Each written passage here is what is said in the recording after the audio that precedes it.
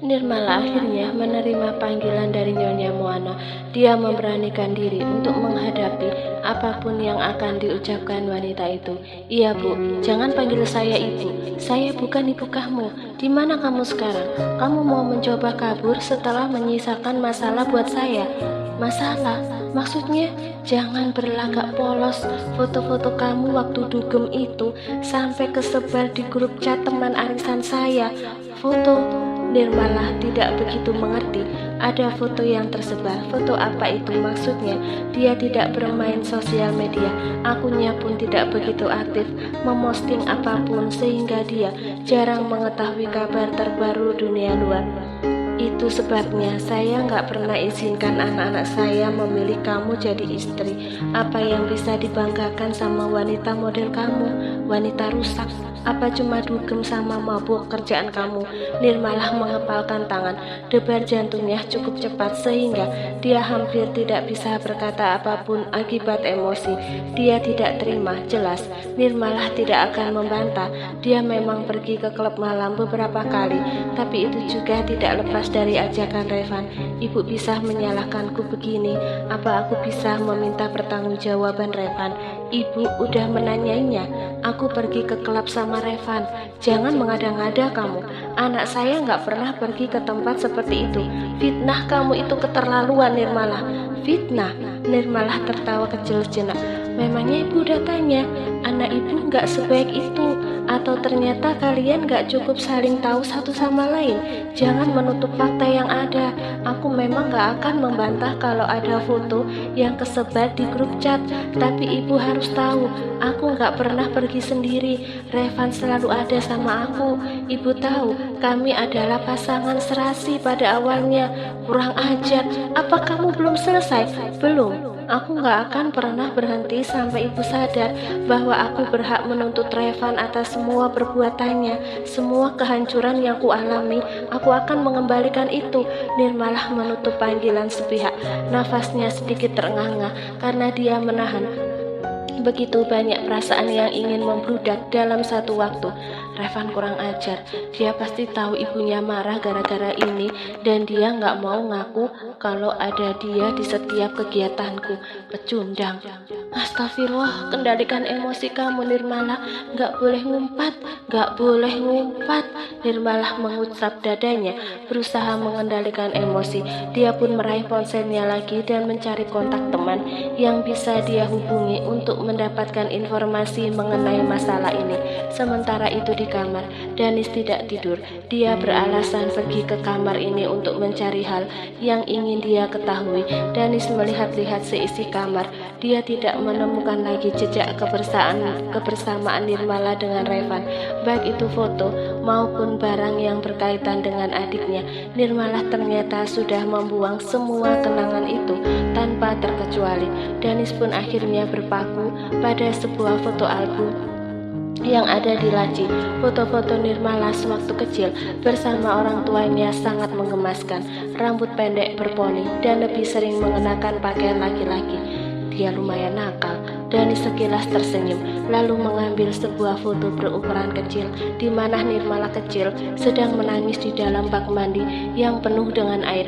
Mungkin saat itu Nirmala menganggap bak mandi adalah kolam renang hingga menceburkan diri di sana. Tidak berselang lama, ponsel Danis menerima notifikasi pesan. Dia melihat itu dan ternyata Niken, sekretaris pribadinya, memberi kabar bahwa ada berita Nirmala di sosial media X karena telah tersebar bahwa Nirmala menikah dengan seorang CEO ternama.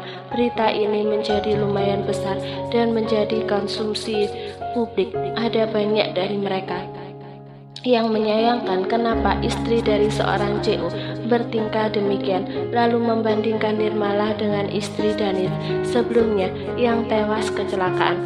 "Kamu tahu siapa pengirimnya?" tanya Danis kepada Niken di telepon. "Saya kurang tahu, Tuan, tapi ini disebar langsung oleh akun gosip. Mungkin memang ada pengirim sebelumnya kepada mereka. Cari tahu siapa itu." "Baik, Tuan." Danis pun menaruh ponsel dan melihat ke arah pintu. Nirmala tidak masuk kamar setelah terakhir mengantarkannya ke sini. Apa wanita itu tahu kabar ini?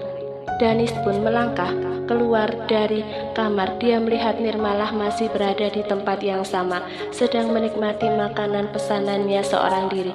"Mas Danis, Mas nggak tidur?" tanya Nirmalah saat Danis mendatanginya. "Banyak nyamuk." "Serius? Padahal biasanya nggak banyak. Apa karena lama nggak diisi? Biar aku cek dulu ya." "Nggak usah, ngantuk saya udah hilang juga." Danis memilih duduk di sofa. Melihat Nirmalah tampak biasa saja. Apa dia belum mendengar kabar tentangnya? "Mas bikin aku merasa bersalah deh. Maaf ya, daripada meminta maaf, apa bisa kamu ambilkan saya air yang ada aja, asal jangan kopi hitam." "Oh oke, sekalian mau aku hangatkan makanan punya Mas. Tunggu sebentar ya."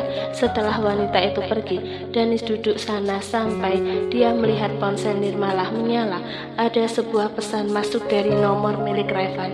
"Jangan bilang kalau aku ada di sana juga, Nirmalah. Aku nggak mau namaku rusak.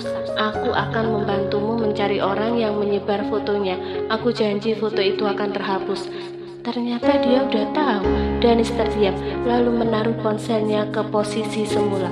Kenapa wanita yang dikenalnya selalu begini? Apa bagusnya menyimpan masalah sendiri? Apa mereka meremehkannya? Sifat Nirmalah sama seperti Rihanna. Mereka pandai berpura-pura.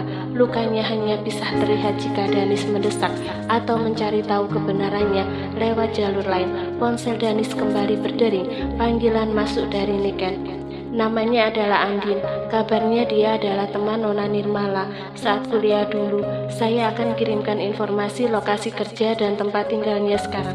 "Baiklah, terima kasih." Setelah panggilan terputus, Danis melihat kiriman alamat orang yang terduga memberikan foto-foto tersebut ke sebuah akun gosip. Ini hari libur. "Apa Mas masih banyak pekerjaan?" tanya Nirmalah karena melihat Danis terus menatap ponsel. "Lumayan." Nirmalah pun menaruh makanan dan minuman di atas meja, lalu duduk di sofa. "Rupanya jadi CEO itu super sibuk ya. Mas pasti cuma punya sedikit waktu buat ada di rumah selama ini. Kamu gak ada hal yang mau diceritakan ke saya?" tanya Danis. "Soal apa aja?" Nirmalah tersenyum kecil. "Karena Mas Danis sangat sibuk dan lelah, aku rasa ada hal-hal yang gak perlu diceritakan. Apalagi kalau itu cuma bisa nambah beban. Aku pasti akan mengatasinya sendiri selagi bisa." "Oh, apa itu juga yang dilakukan Rihanna?" Danis tidak berkata-kata lagi. "Sebaliknya, kalau Mas ada sesuatu yang perlu diceritakan, Mas bisa cerita. Aku pendengar yang baik." "Lagi-lagi, kamu ini pemaksa sekali." Bibir Nirmalah mengerucut. "Cuma nawarin jasa curhat doang. Kalau ke psikolog kan bayar. Kalau cerita ke aku kan gratis. Paling banter aku minta jajan.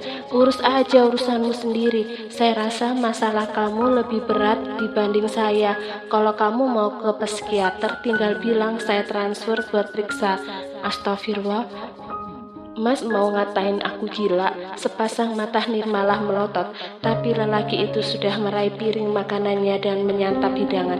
"Kayaknya Mas deh yang butuh ke psikolog. Coba tanyain ke mereka tutorial supaya mulutnya gak pedes terus hari-hari berikutnya."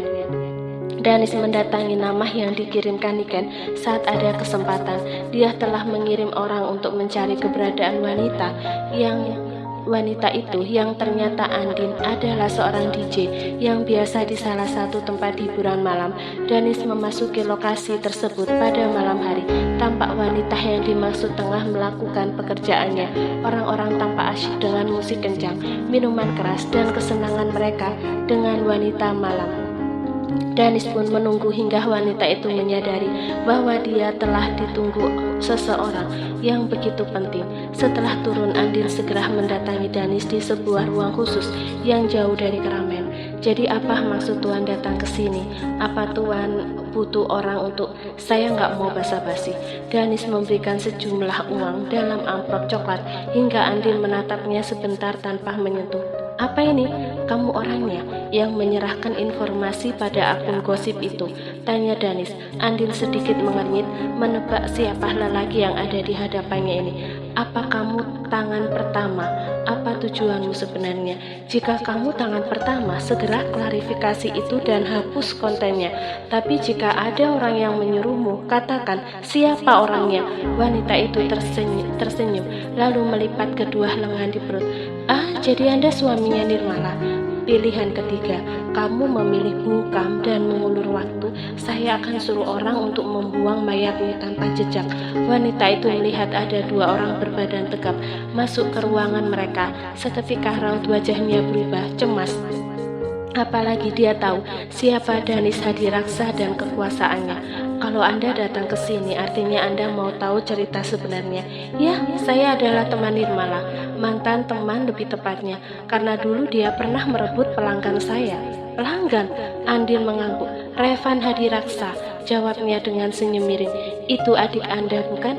Dia adalah pelanggan saya. Kami beberapa kali memesan kamar dan melakukan malam. Danis terdiam. Tapi ternyata Revan tiba-tiba bilang kalau dia punya kekasih. Saya kesal karena satu sumber mata uang saya hilang. Jadi itu alasanmu menyebar fotonya? Wanita itu tertawa. Salah satunya, tapi Anda tahu, bukan cuma saya yang menginginkan kehancurannya. Ya, saya memang disuruh. Danis tidak terlalu terkejut, tapi saat dia ingin mendengarkan lebih jauh, pintu mendadak terbuka oleh seseorang dan menampakkan raut wajah jengkel Nirmala. Wanita itu lantas melangkah ke arah Andin, meraih gelas berisi air di atas meja, lalu menyiramkannya ke wajah wanita itu. Apa kamu gila? Sebelum mengataku gila, orang waras mana yang menyebar fitnah untukku? Aku tidur dengan banyak lelaki dalam keadaan mabuk. Nirmala meraih lagi sebotol minuman dan diguyurkannya ke atas kepala wanita itu. Dia tampak sangat kesal sampai tidak menyadari keberadaan Danis di ruangan yang sama. Andin yang tidak tinggal diam meraih botol itu dan melempar ke sembarang arah. Apa yang salah? Kamu memang begitu kan? Plak, sebuah tamparan keras mendarat di pipi Andin tanpa ampun dan bagai kilat.